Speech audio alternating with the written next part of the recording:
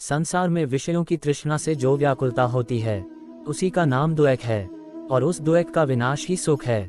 उस सुख के बाद पुनः कामनाजनित द्वैक होता है। इस प्रकार बारंबार द्वैक ही होता रहता है। सुख के बाद द्वैक और द्वैक के बाद सुख आता है। मनुष्यों के सुख और द्वैक चक्र की भांति घूमते रहते हैं। इस समय तुम सुख से द्वैक में आ पड़े हो, अब फिर तुम्हें सुख की प्राप्ति होगी। यहाँ किसी भी प्राणी को न तो सदा सुख ही प्राप्त होता है और न सदा द्वैक ही। ये शरीर ही सुख का आधार है और यही द्वैक का भी आधार है। देहाभिमानी पुरुष शरीर से जो जो कर्म करता है उसी के अनुसार वह सुख एवं द्वैक रूप फल भोगता है। नहीं, शरीर किसी का केंद्र नहीं होता। केंद्र तो सबका एक ही होता है, उसका नाम है अहंकार। अहम मैं केंद्र होता है। फिर आप उसमें के आगे जो पूंछ बांधना चाहें बांध दें। मैं शरीर हूँ कह दें, मैं पदार्थ हूँ, मैं सुखी हूँ, मैं दुखी हूँ, मैं आत्मा हूँ जो कह दे, पर केंद्र तो सदा में ही होता है मैं। अब ये जो अहम है मैं, ये बेचारा बड़ी विचित्र चीज है। ये हमेशा को न कुछ करता रहता है, बेचैन है, परेशान है। क्यों परेशान है? क्योंकि जैसा हमने कहा इसकी स्थिति बड़ी विचित्र है। न तो जमीन का है, न आसमान का है, न घर का है, न घाट का है। शरीर न हो तो अहम की कोई सगुण साकार सत्ता न होगी। तो अहम कह नहीं पाएगा कि मैं ऐसा हूँ, मैं वैसा हूँ, क्योंकि जब भी अहम कहता है कि मैं ऐसा हूँ या वैसा हूँ तो जो ऐसा और वैसा होते हैं इनका ताल्लुक हमेशा संसार से होता है। संसार माने जो सगुण और साकार है। तो इस अहम को अपनी हस्ती को बचाए रखने के लिए संसार चाहिए ही चाहिए। और संसार है निरा पदार्थ, एकदम जड़, अति स्थूल। तो अहंकार को स्थूलता चाहिए ही अपने आप को बचाने के लिए। सिर्फ मैं थोड़े ही बोलता है कभी अहंकार।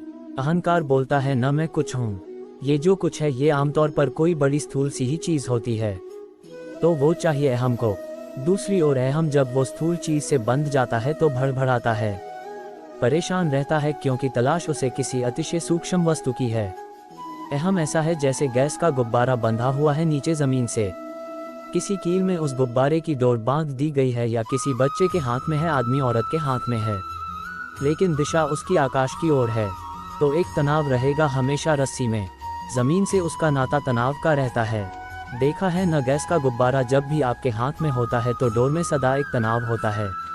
अहम का रिश्ता संसार से सदा तनाव का होता है, क्योंकि संसार के साथ वो विश्राम में तो बैठ सकता नहीं और जाना उसे ऊपर है। गुब्बारे को ऊपर वो पहुंच नहीं पा रहा तो बस ऊपर की ओर मुंह करे बैठा रहता है।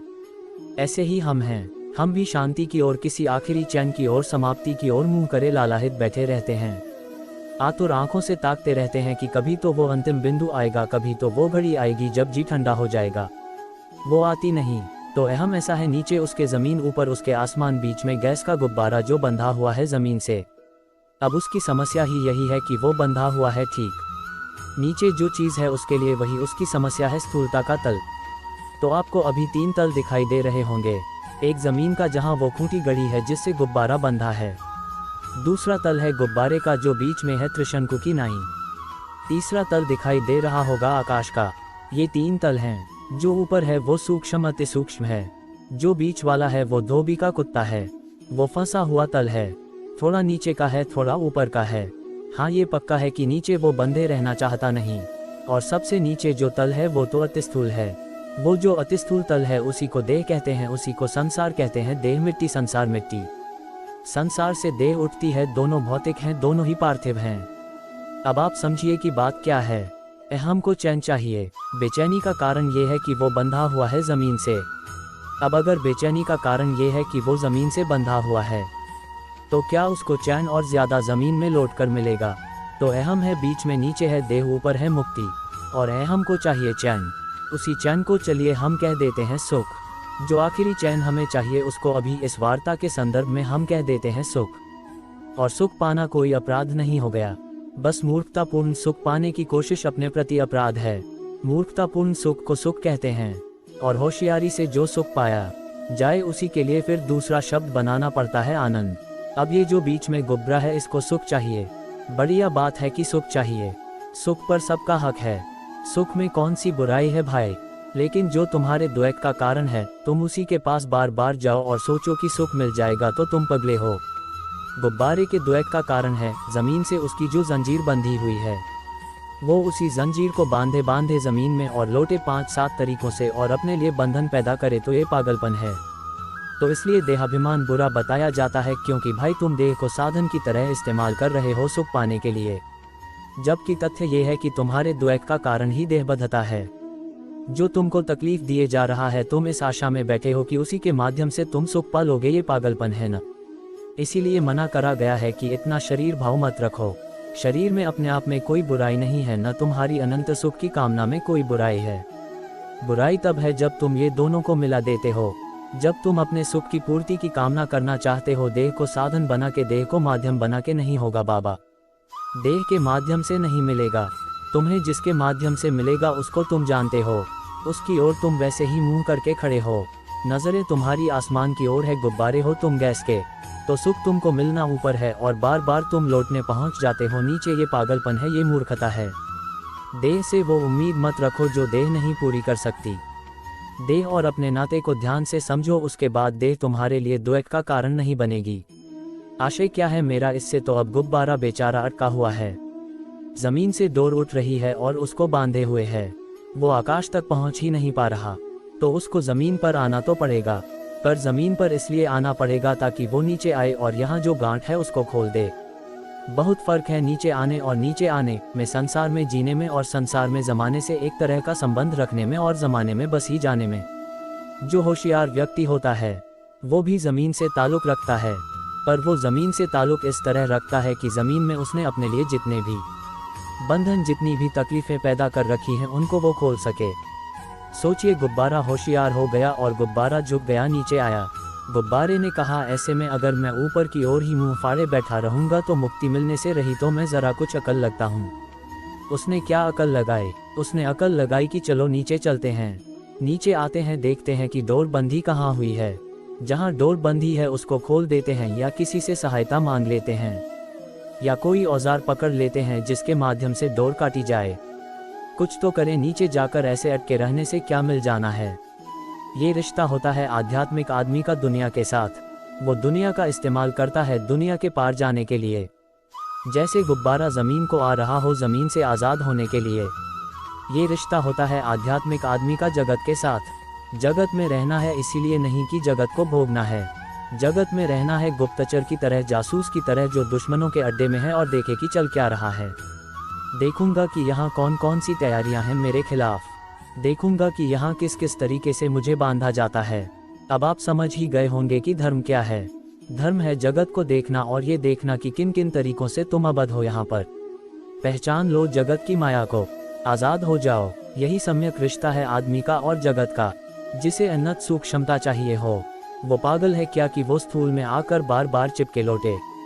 जो तुम्हें चाहिए अगर उसके विपरीत काम करोगे और उम्मीद रखोगे शांति की, तो उम्मीद कहाँ पूरी होगी। सुख चाहना, मैं दोहरा रहा हूँ, कोई गलत बात नहीं हो गई, कोई गलत जगह सुख चाहना तो निसंदेह गलत बात है। मिलेगा नहीं, और मिलेगा तो वैसा ही मिलेगा जैसा इन श्लोकों में वर्णित है। सुख आएगा और उसके पीछे पीछे बोरी भर के द्वैत आ जाएगा। जो सुख दुख आएंगे, जैसा कि पिंगला गीता बार बार समझाती है, वो भाग्य भरोसे आएंगे और तुम ऐसे ही झूला झूलते रहोगे। भाग्य की लहरों पर तुम्हारी उठापटक चलती रहेगी। कभी सुख मिल गया अनायास और कभी अनायास द्वैत मिल गया, कोई लाभ नहीं न। सुख और सुख में जब चयन करना हो तो तरीका समझ लीजिए। देख लीजिए कि आपको कहाँ पर सूक्ष्म सुख मिल रहा है और कहाँ स्थूल सुख। हमारे पास कई बार निर्णय की घड़ियां आती हैं, न दोराहे चौराहे आते हैं। हमें चुनना होता है कि ये सुख लें कि ये सुख लें। दोनों ही दिशाएं बुला रही होती हैं। एक कहती है कि आओ सुख है यहाँ, दूसरी कहती है कि आओ सुख यहाँ है। तो वहाँ पर चुनाव करने की ये विधि है कि देख लो कि सूक्ष्म सुख किधर है। जिधर सूक्ष्म सुख है उधर ही आपका रास्ता है। निसर्गदत्त महाराज इसको बड़े प्यारे तरीके से कहते थे। वो कहते थे कि एक होता है देह का सुख और एक होता है चेतना का सुख। निर्णय साफ है कौन सा चाहिए। आध्यात्मिक आदमी सुख विरोधी नहीं होता, वो मूर्खता विरोधी होता है। वो मूर्खतापूर्ण सुखों का त्याग करता है, वो सूक्ष्म सुखों का पान करता है। उससे ज्यादा आनंदित आदमी तो कोई होता ही नहीं। कोई ये न सोच ले कि अध्यात्म में सुख की वर्जना है तो अध्यात्म जैसे दुख समर्थक हो गया। नहीं नहीं, अध्यात्म दुखद नहीं होता। अध्यात्म में छोटे सुख की वर्जना है, क्योंकि तुम्हारा अधिकार है बड़े सुख पर, तुम्हारी कामना है बड़े सुख की, उससे नीचे हम मानने वाले नहीं है। तो अध्यात्म वही करता है, क्योंकि बात बिल्कुल सीधी है। जिस चीज से नीचे तुम्हें मानना नहीं है, उस चीज से नीचे की चीज पर निशाना काहे को लगाना तुम्हें शर्त आती है। कि और तुम ऐसी दुकान में घुस जाओ जिसमें कपड़े मिलते हैं बस बच्चों के। वहाँ बड़ी से बड़ी शर्ट का नाप है। जिंदगी भर तुम वहाँ पर खींचातानी करते रहो, एक के बाद दूसरी शर्ट आजमाते रहो, दुकानदार से जिरह करते रहो तो पागल तुम हो कि नहीं हो। और फिर वहाँ से निकलो और सोचो कि दूसरी दुकान आजमाऊंगा। जितनी दुकानें हैं सब वो बच्चों के ही बाजार की हैं, उनमें किसी में तुम्हारे नाप की शर्ट मिलनी ही नहीं है। अध्यात्म कहता है कि तुम वहाँ जाओ न जहाँ तुम्हारे नाप की चीज़ मिलेगी, जिससे तुम्हें कुछ तृप्ति भी होगी। देह को साधन बना करके जो सुख मिलने हैं वो सुख बहुत निकृष्ट निम्न कोटि की गुणवत्ता के होंगे। वो सुख हैं तो सही पर उनसे पेट नहीं भरेगा, चरमराई से रहोगे सूखे सूखे से। मैं इनकार नहीं कर रहा हूँ कि देह सुख दे ही नहीं सकती है, देह सुख दे सकती है, पर वो वैसा ही है जैसे 4 दिन के भूखे आदमी को प्याज रख के दे दो, उसका कितना पेट भरेगा, 4 दिन से उसने कुछ खाया नहीं है और तुमने उसको दे दी 1.5 रोटी आधी प्याज और चौथाई मिर्च खा ले, वो खा तो लेगा पर छटपटाता ही रहेगा।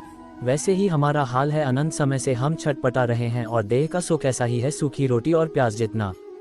समझ में आ रही है बात? इसी आशा को त्यागना है, यही गांठ है, यही वो डोर है जिसने गुब्बारे की उड़ान को रोक रखा है। ये आशा कि यहीं पर काम बन जाएगा, नीचे नीचे ही काम बन जाएगा। भाई तुम गैस के गुब्बारे हो, तुम्हारा काम कैसे नीचे बन जाएगा? तुम्हें प्रवास चाहिए, तुम्हें आकाश चाहिए।